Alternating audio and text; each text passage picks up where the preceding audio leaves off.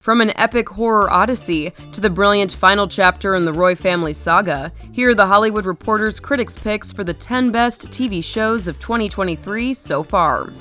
Up first, the HBO dramedy Barry. The final episodes of the Hitman series starring Bill Hader expanded the scope of Barry's destruction beyond his loved ones, beyond Hollywood, and even beyond LA's criminal underworld into the next generation, as embodied by his wide-eyed son. You're irredeemable. Next is Netflix's Beef, starring Ali Wong and Steven Yeun. The show's surgical eye for detail elevated what could have been just a playful comedy about two feuding strangers into one of the year's most outrageously twisty, screamingly funny thrillers, while its curiosity and empathy turned it into one of the year's most moving dramas. I have a very full life that I'd love to get back to. I'm gonna find you and take what little you have. Meanwhile, the FXX comedy Dave, starring Dave Bird, aka Lil Dicky, carved out a third season as wild and emotionally varied as any on television. I'm Rachel.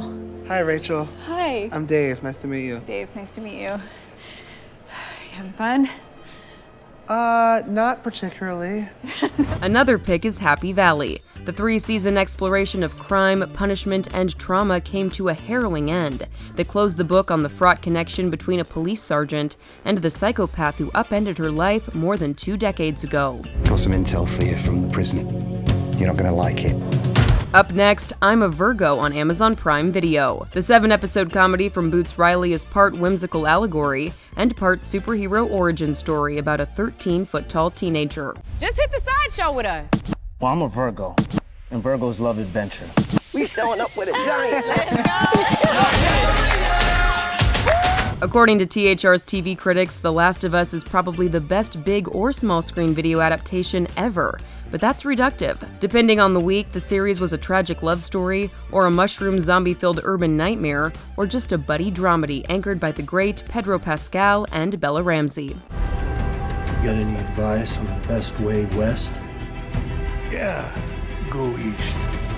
Meanwhile, Season 3 of the Max comedy The Other Two delivered some of the sharpest showbiz satire to be found anywhere on television. You represent Pat Dubeck and Chase Dreams. Also, Drape Disasters with Maria Menounos. Rookie, we have a lot of good programming. Yes, I am proud to be a part of all these vital shows. Another pick is Somebody Somewhere on HBO, a gentle half-hour comedy about ordinary folk in an ordinary place that yields some of the funniest, warmest, loveliest moments to be found anywhere in the TV landscape. Families aren't easy, not even the fun ones. It takes a lot of work.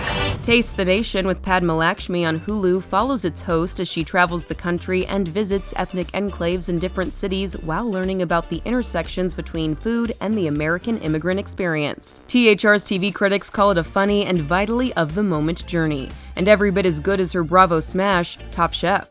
There is this idealized image of America. Yeah. Immigrants need to have that sense of identity, that sense of community to make sense of who you are. And finally, this list wouldn't be complete without the final season of HBO's Succession. While the Roy saga was never destined for a happy ending, it did land on a masterful one that pushed its already excellent cast to new depths of despair, humor, and occasional vulnerability. It's Dad. You know, in Buddhism, sometimes your greatest tormentor can also be your most perceptive teacher. Hey, Buddha, nice Tom Fords. For more on this story and more TV reviews, head to THR.com.